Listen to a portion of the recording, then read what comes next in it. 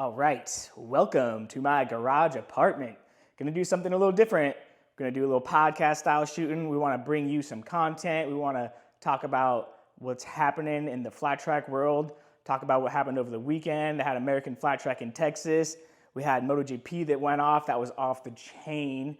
But first, let me tell you about what I got going on, why I'm here in a garage apartment in Charlotte, North Carolina. So, recently moved up from Tallahassee, Florida, which Tallahassee, my stay there was so good, but I'm kind of switching gears now. Racing's not my main focus. I'm switching more into real estate.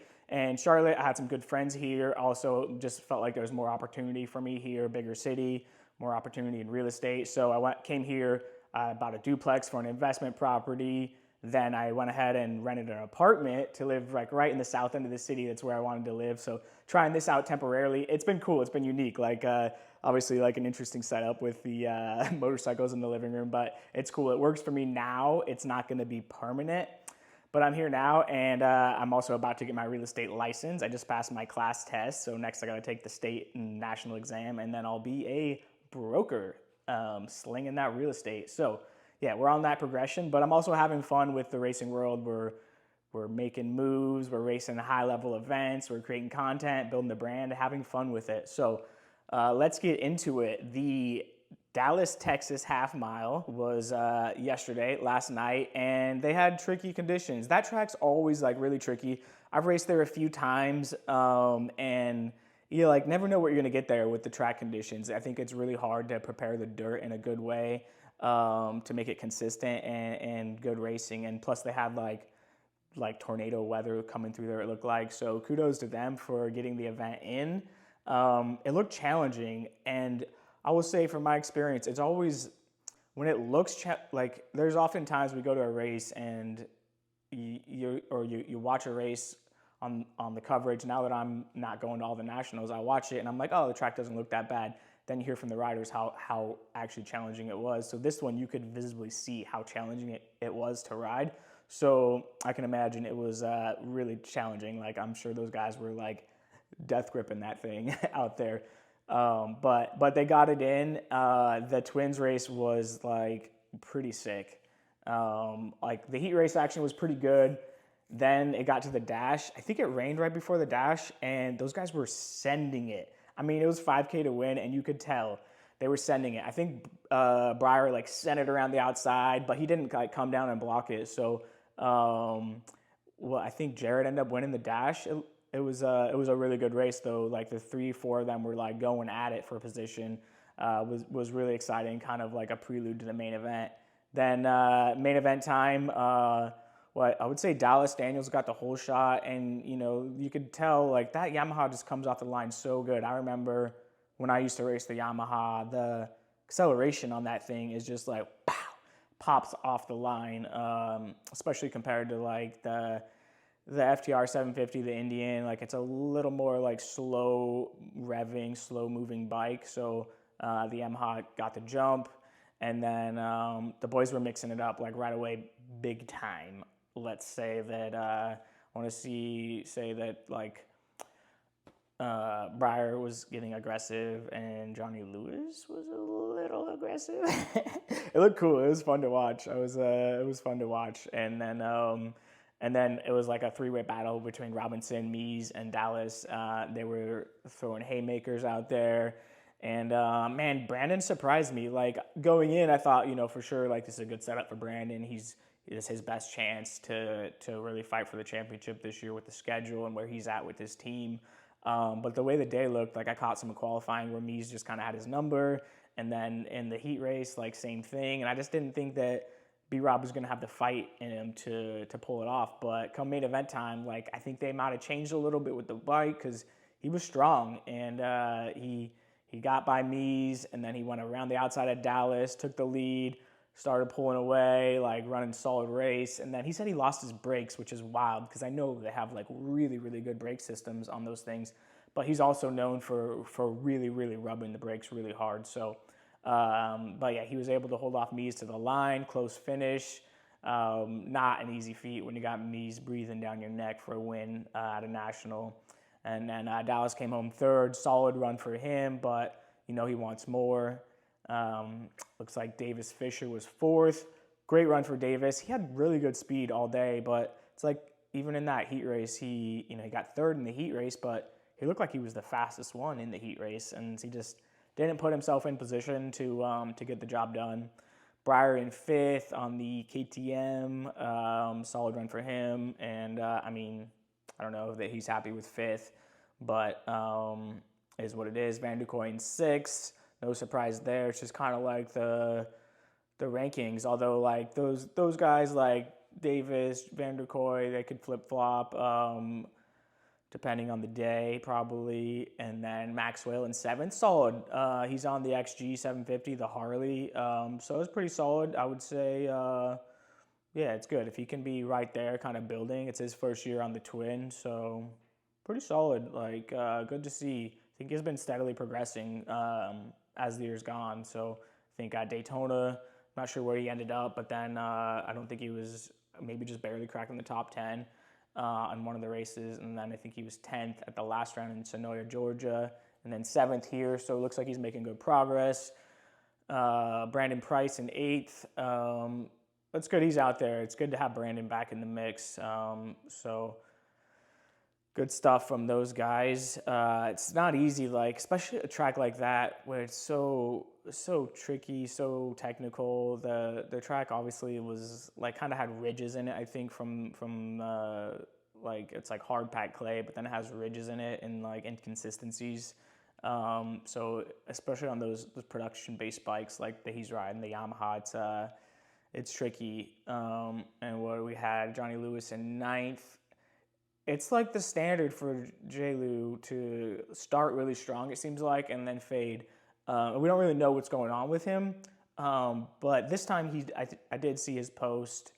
He said like a throttle issue. So, but yeah, he showed speed early on and aggressiveness early on, it looked like, getting up in the mix. So he can put himself in position. And so maybe he'll get it together to where he can finish the races strong because he's showing that speed to get himself in position at the beginning, which is like one of the hardest things to do.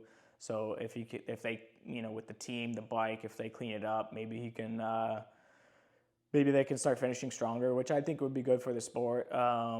He's got that Royal Enfield support. It's a pretty factory level team. So it'd be good for the sport if they can get up in the mix a little bit more, have that bike be a real contender.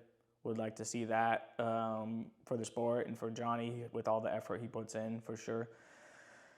So we got Declan Bender in 10th, and that's cool. He's on the Grumpy Old Men Racing Briggs Auto machine, the FTR 750, and Declan, he just popped into the Twins class, and I've been getting a little insight on that program from talking to my buddy Dick Tibbetts, who's his coach, and Declan's been working hard, it sounds like, putting in the work and doing what it takes to start making them gains. And so I think that looks like a steady, like a good building block for them, I would say.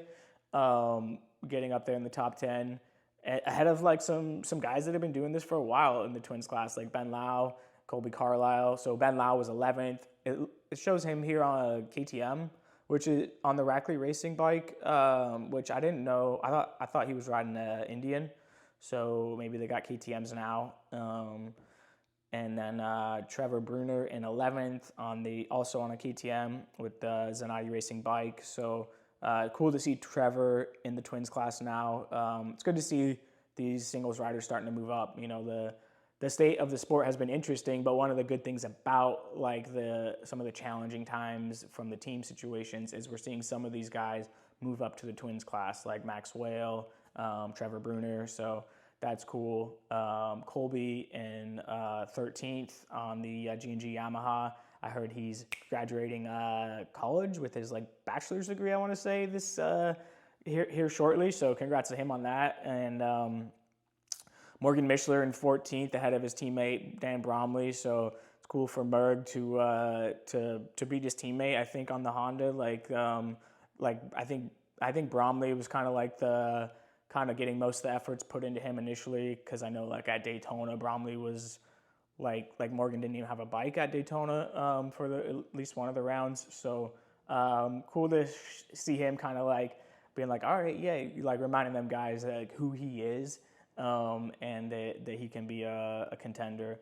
So I'm pulling for Merg and all those guys. Bromley 15th, Bronson 16th.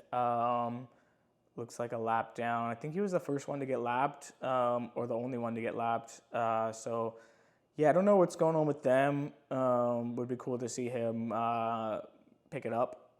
And then Kevin Stollings, 17th. Honestly, I didn't even realize he was at this round. So, no, good to see him there. Looks like he's riding a Weirbach Racing bike. So, on the Kawasaki Ninja. So, it looks like the only Kawasaki out there. So, cool to see them out there. And then Cameron Smith. So Stollings and Cameron Smith both didn't finish. They must have had a problem. So yeah, that was the Twins class. And it looks like I think B-Rob's leading the points now. Pretty sick for him. So yeah, let's take a look at the standings. Yeah, B-Rob leading the points. 86 points over Dallas Daniels, 82 points. Pretty sick for B-Rob, and yeah, he's gonna need to just keep on plugging away, and because Dallas and Jared are just, those guys are gonna consistently be at the front. So let's see if they can keep plugging away. I dropped back to 10th in points, it looks like, this weekend from not being there. So I'm still running top 10, not bad. And all right, let's move on to the singles class. The AFT Singles class it's always like a barn burner out there.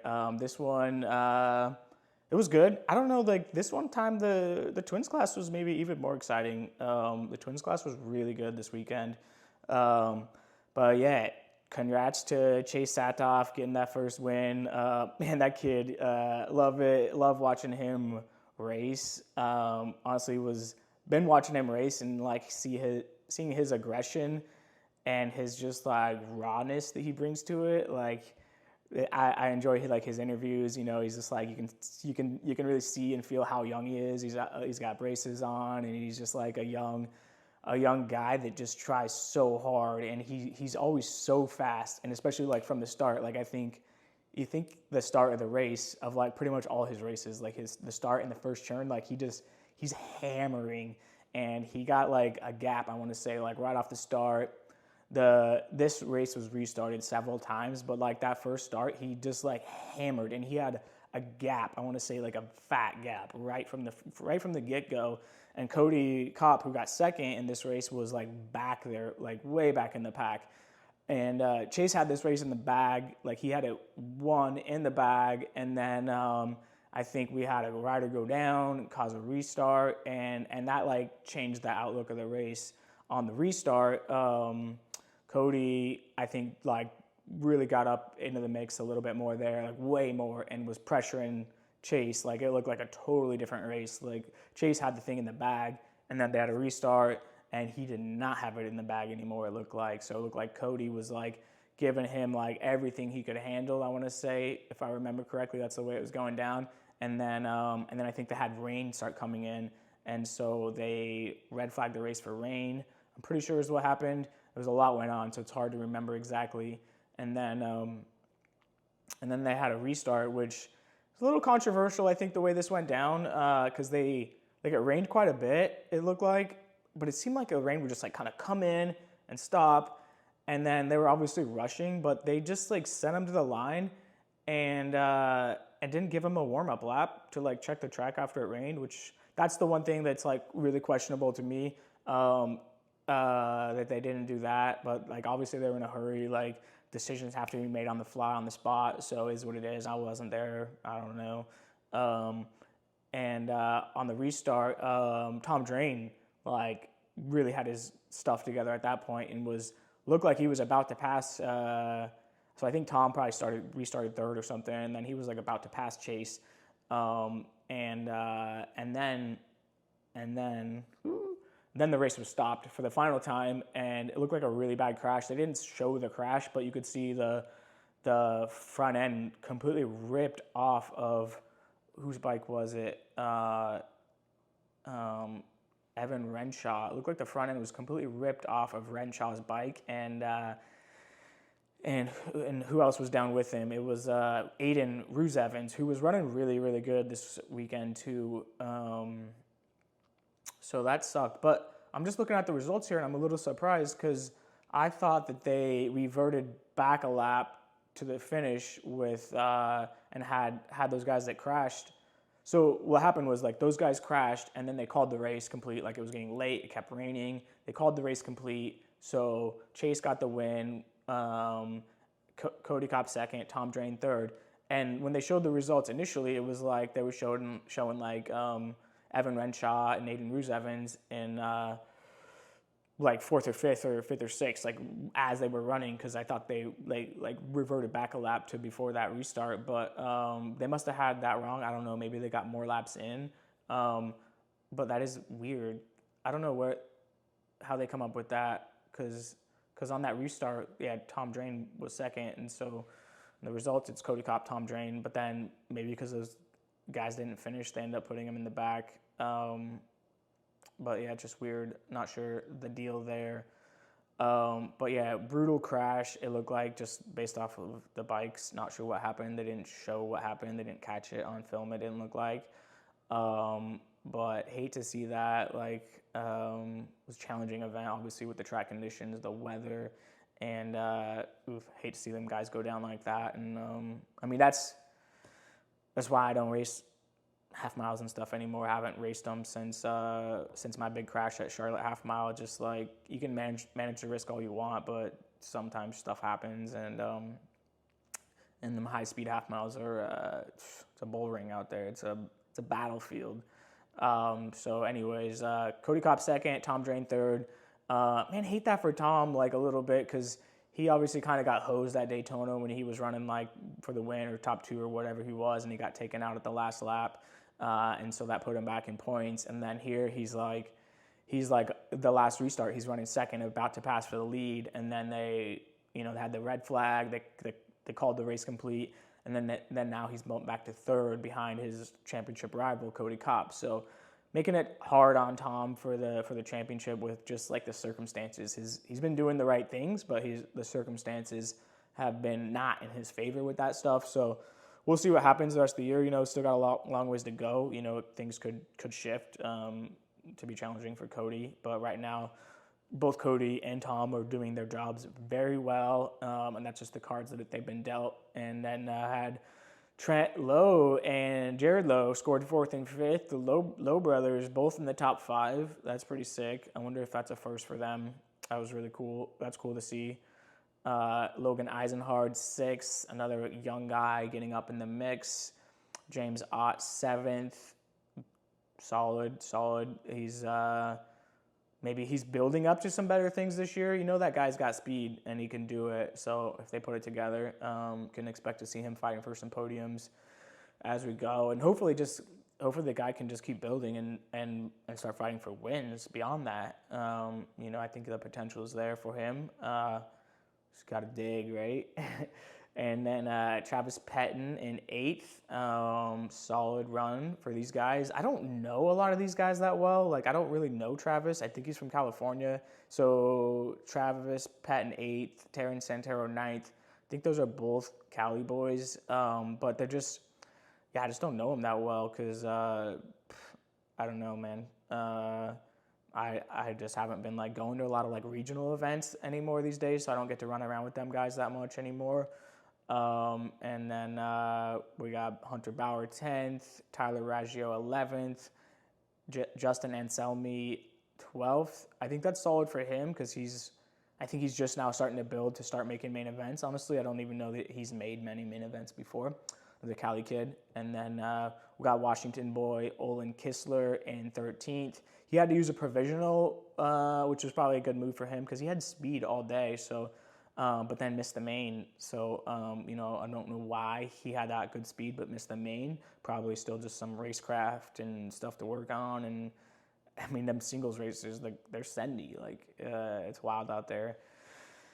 And Shayna Texter Bauman in 14th. Cool to see her still out there in the mix. Hopefully she can keep building, and would be sick to see her like fight for some wins and podiums before the year's out. It would be good for the sport. It'd be good for her. I think we'd all love to see it.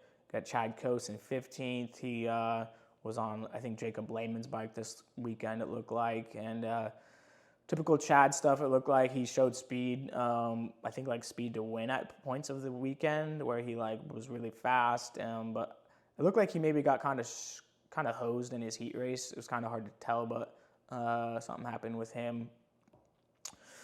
And then they got Evan Renshaw and Aiden Roos-Evans, who those guys were both front runners all weekend, and in 16th and 17th because of that crash. And I don't know what happened with the scoring because initially they were scored at the front still.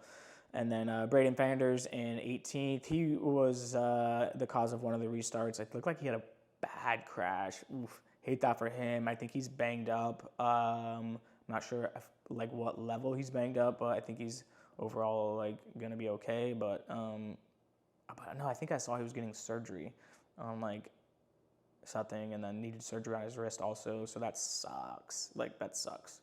Crashing sucks. We know that. So hate that for him and everyone else that crashed. Dalton Gauthier 19th.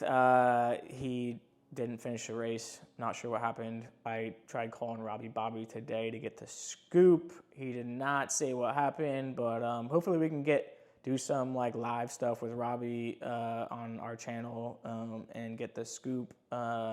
Bring that to you guys. And then let's check the points for these guys, see where they're at. So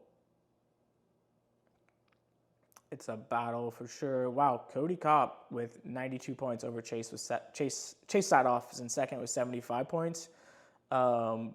So Tom Drain's third with 69 points. Trent Lowe's in fourth, and Dalton's in fifth in points. So pretty sure Dalton was like second in points going in. So yeah, that sucks for his points standings.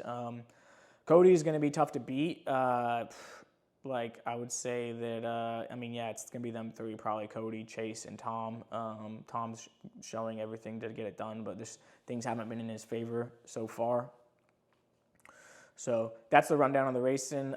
Actually, we could go over the Build Train race, the girls' race, the Royal Enfield Build Train race. They also raced there, and it was a good race. It was a little painful to watch, unfortunately.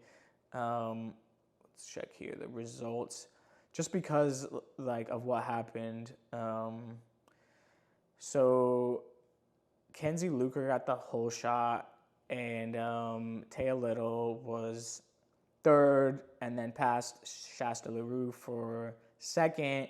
And in the heat race, Kenzie, Taya Little was leading the race in the heat race, and then Kenzie rolled up on her and closed the gap on the last lap.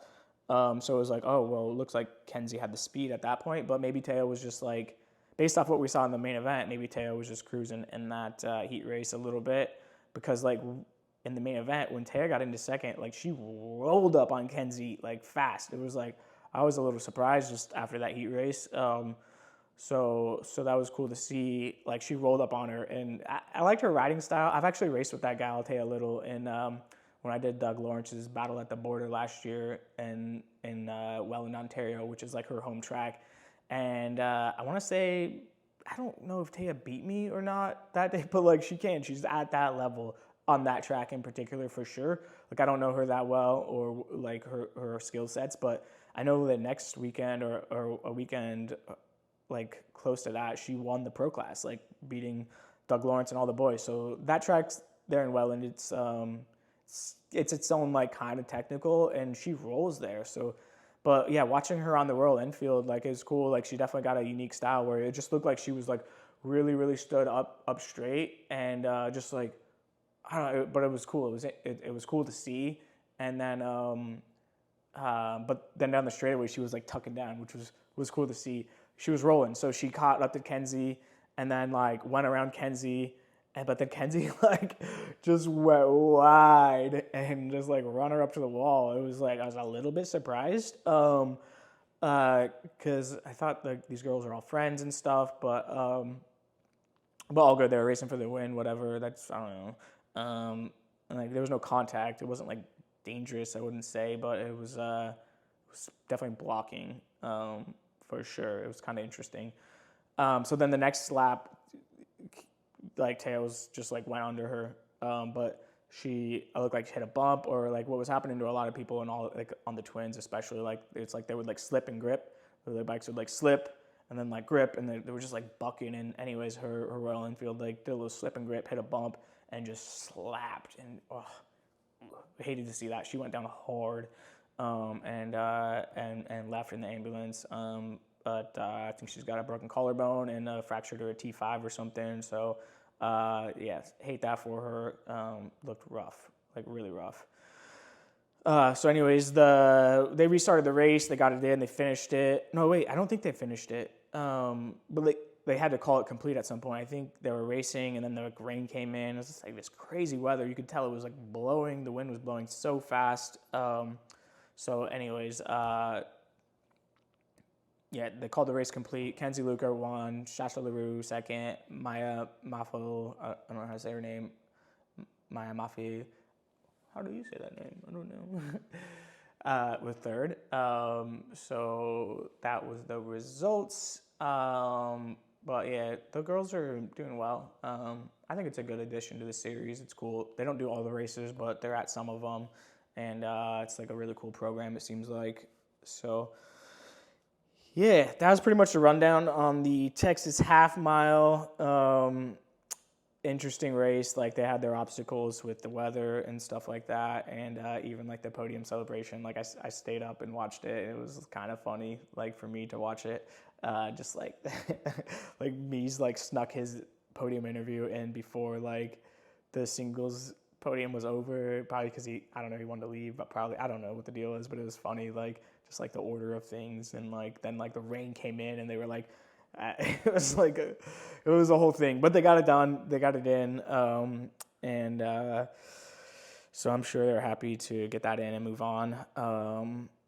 Yeah, it's a shame the weather just that has all that potential to be like a really good event. It's at the Texas Motor Speedway, right next to the NASCAR track. It was in conjunction with another big event, and it's just a shame like that the weather came in and didn't really have the chance of being a good event, or like a really good event just because of what it was. So, and the weather and stuff, and the weather I think keeps some of the fans away.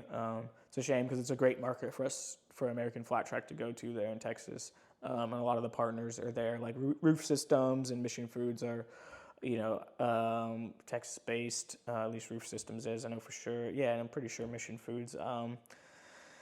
Mr. G lives there as well, pretty sure. I know he bought Mr. G, the owner of Mission Foods. He's got like an insane collection of like vehicles and race bikes. I think he's got like a Formula One car. He ended up buying. So when my last year racing full time, I was riding for Cool Beth Nyla Racing, and then like had that bad wreck and like pretty much totaled that Indian. But they rebuilt it, and then the owner of Mission Foods ended up buying them two bikes, kind of have like a part of his collection, which I think is cool.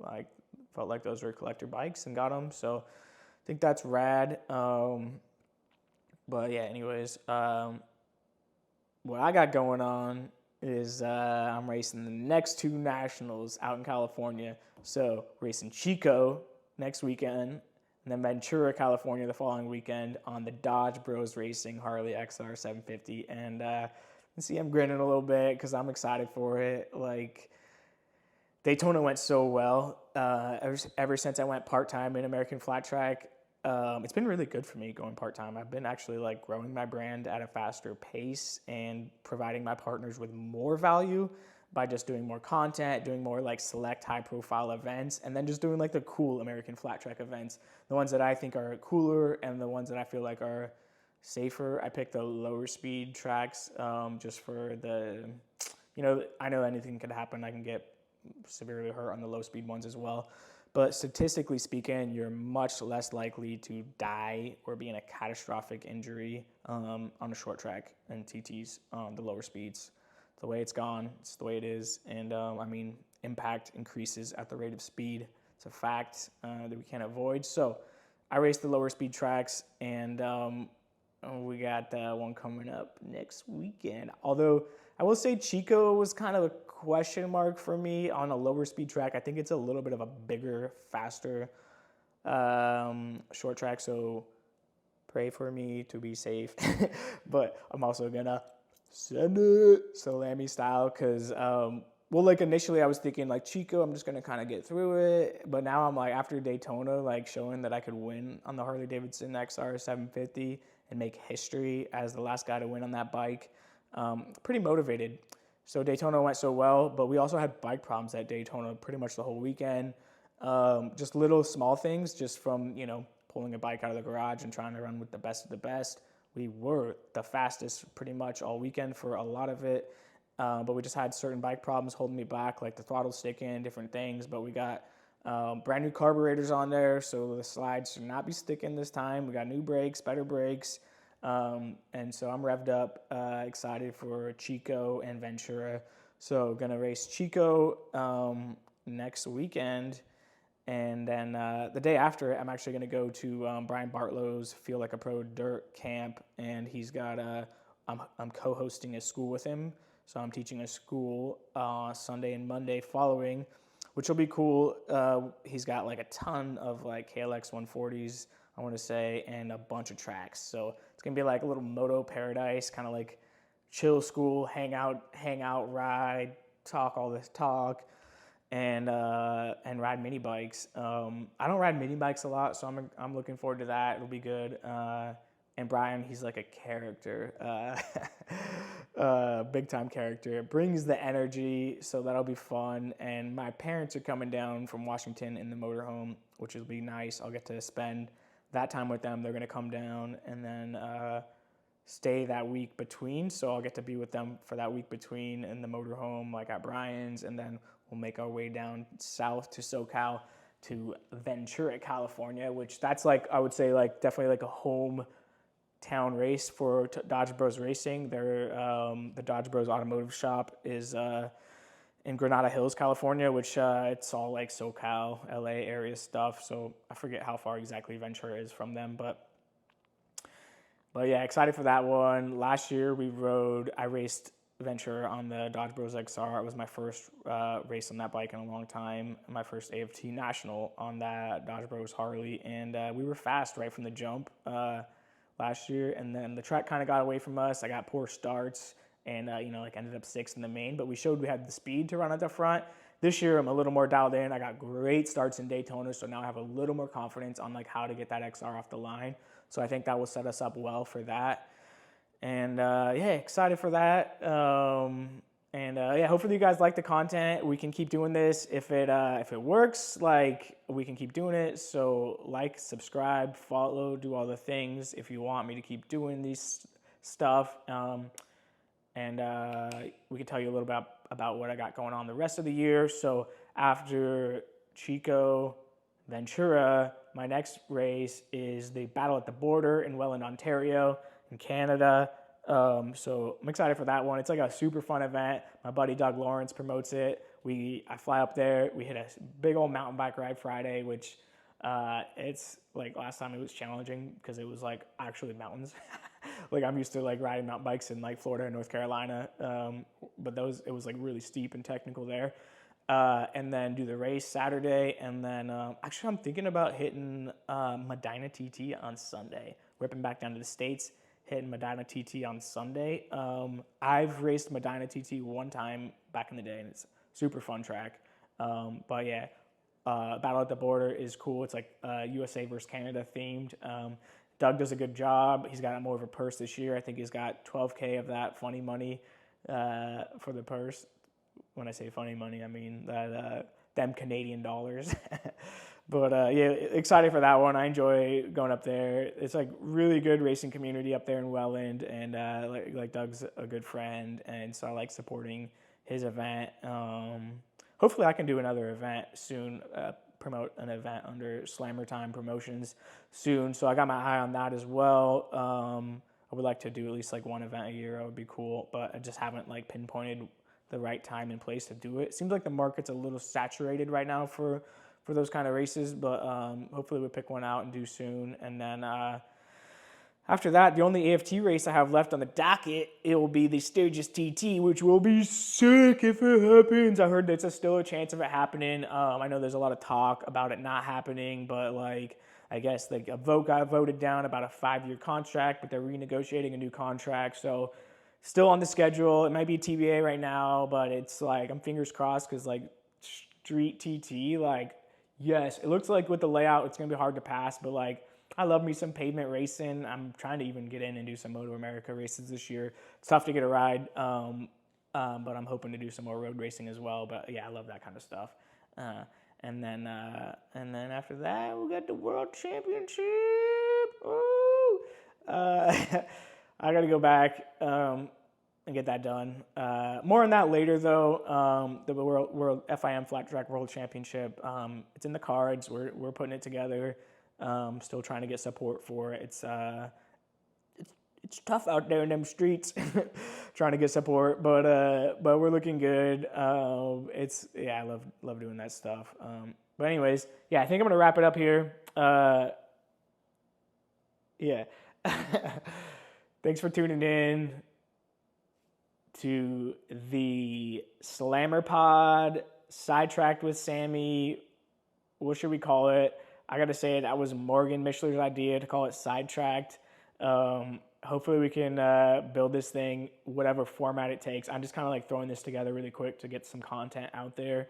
But we'll get the studio dialed in, the lighting dialed in. We'll get it dialed in and start doing more stuff with guests is the idea. I would like to do it. Like Corey Texter does a great job with his podcast, and I think it's popular. Like, I don't get to see like his views and numbers, or he doesn't talk about it for some reason. But like I enjoy it. Like I listen to it. So like I think there's a demand for it. I don't know about this format because I think it's easier if it's like on Spotify and you can just click and listen. But I think there's a demand for it. I think it would be good to have an alternative voice out there. I've gotten some requests for it, which is cool. I appreciate when y'all reach out and be like, Sammy, do a podcast. Sammy, do this, do that. Y'all that like watch the YouTubes and enjoy the voiceovers. Appreciate when you reach out about that. It kind of keeps me fired up doing it. But yeah, we'll keep it rolling.